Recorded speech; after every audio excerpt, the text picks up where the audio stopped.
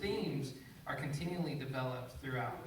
And so God plants seeds in Genesis that then grow into a full-grown tree by the time you get to Revelation at the kingdom of Christ. And that's true of every book. So every book you open to, you can open up right in the middle of your Bible. We can open up to Ruth, for example. And you've got to ask the question, okay, what seeds are here that were here from previous books of the Bible? Because Ruth wasn't written in isolation. Ruth was written under the knowledge of what has happened before, right? Judges, Joshua, and then on back to the Pentateuch. And so one of the things I like to do as a biblical theologian is I like to ask, okay, what seeds do we see that are continuing to develop from that were planted all the way back in the Pentateuch? So actually, I have a paper being published through the Journal of Evangelical Theological Society that's coming out. Just got accepted 2 weeks ago.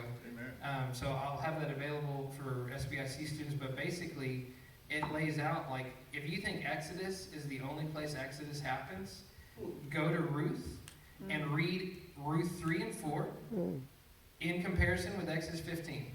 Okay? God redeems with his strength. God redeems Ruth with a man whose name means strength. Okay?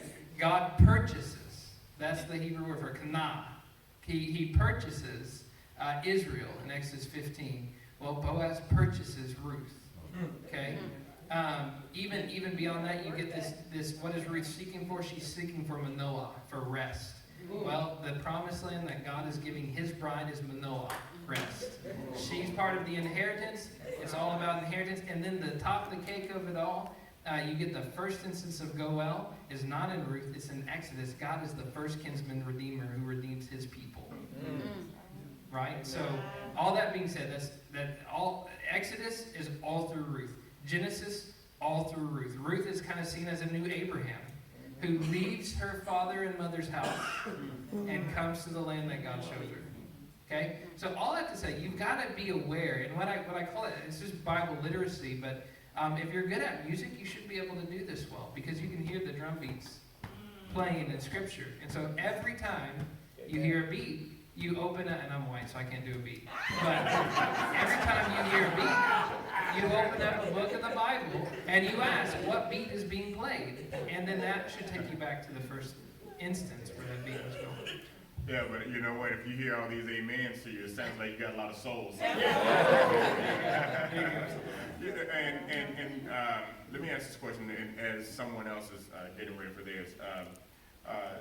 I don't know where you are on the tree of dispensationalism or Reformed or covenant, theology, but can you speak to the fact that all three can coexist within the community of Christ? Absolutely. All right, and because there are many who would kind of deny that and say that that's being kind of a progressive dispensationalist myself. Sure. How would you speak to that? Because there are some who would kind of they're totally wrong. Yeah. So speak to that a little bit. Whenever you get into deep level disagreements over jargon, dispensationalism, Calvinism, things like that, it's important to, number one, ask questions. Make sure that you're on the same page. Number two, restate what you believe in biblical terms, not in academic theological terms. So I came to Grace Church, and one guy goes, "Are you a Calvinist?" I can just tell by his tone that whatever he means by Calvinist is probably not what I believe in. And so I said, "Okay, what do you mean by Calvinist?" He goes, "Do you believe that God's sovereign and man has no choice, and therefore we don't even need to share the gospel?" No. If that's no. I do believe that man is dead and completely helpless, and that we are absolutely dependent on a sovereign God to save us and make us alive together with Christ. And therefore, because God has chosen for himself a people, we are called and motivated to go to the nations to declare the gospel.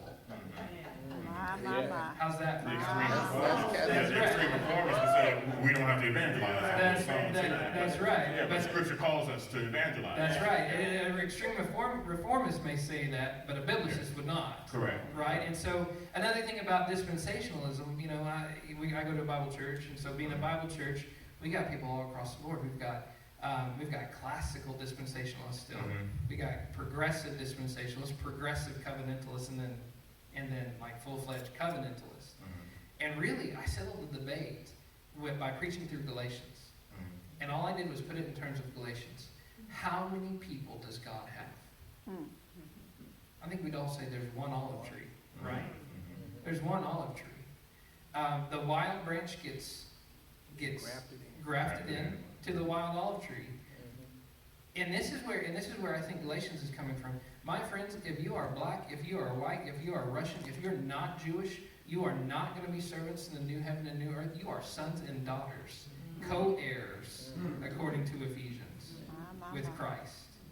And that's the great mystery, is the Jews back in the day believed that when the kingdom would come, that they were the sons and daughters, and the Gentiles were going to be the proselyte Gentiles were going to be the servants, the woodcutters and the water drawers for the temple. And God blows that out of the water, and Paul says, I have come to proclaim this great mystery, that you are not just servants, you are sons and daughters. And so when I started preaching it like that, all the dispensationalists in the room were like, amen, and all the covenantalists in the room were like, amen. And I was like, all right, there we go. We got it. So in the fine-tuning of it, yeah, we're going to have disagreement. There has to be room for disagreement. There has to be room for mystery, things that we don't understand fully. I don't understand fully how Jews and Gentiles have been brought together into one new man, as Ephesians 2 says. I can't. I can't take two people and make them one. So I don't understand how two distinct people groups God then makes into one new man. And that's where, in the nitty-gritty details and the microscopic discussions, that we can talk about dispensationalism or covenantalism. But by and large, we should just be happy that God has saved Gentiles just like He saved Jews.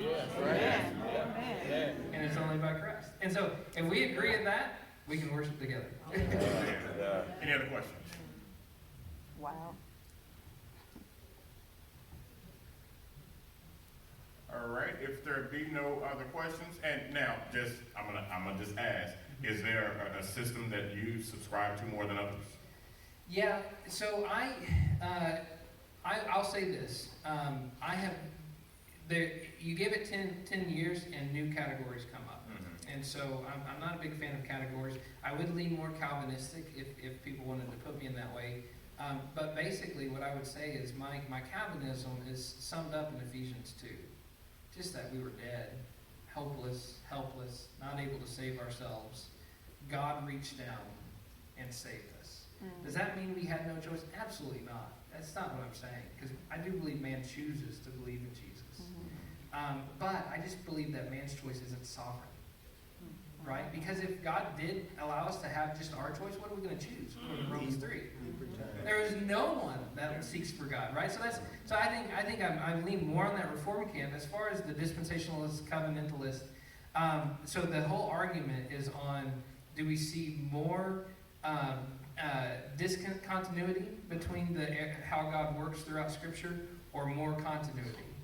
And I think someone who says that there's no continuity, only discontinuity, I don't think yet you see that in Scripture. Because Jesus borrows language from the old eras, like Passover lamb, sacrificial lamb. So there's got to be some continuity. But there's also some discontinuity, or else it's not a new covenant. Right? So there's something about it that's different. So I'm in that progressive camp. I am on Mondays through Wednesdays, Amen. I'm a progressive covenantalist, and then on Thursdays through Saturdays, I'm a progressive dispensationalist.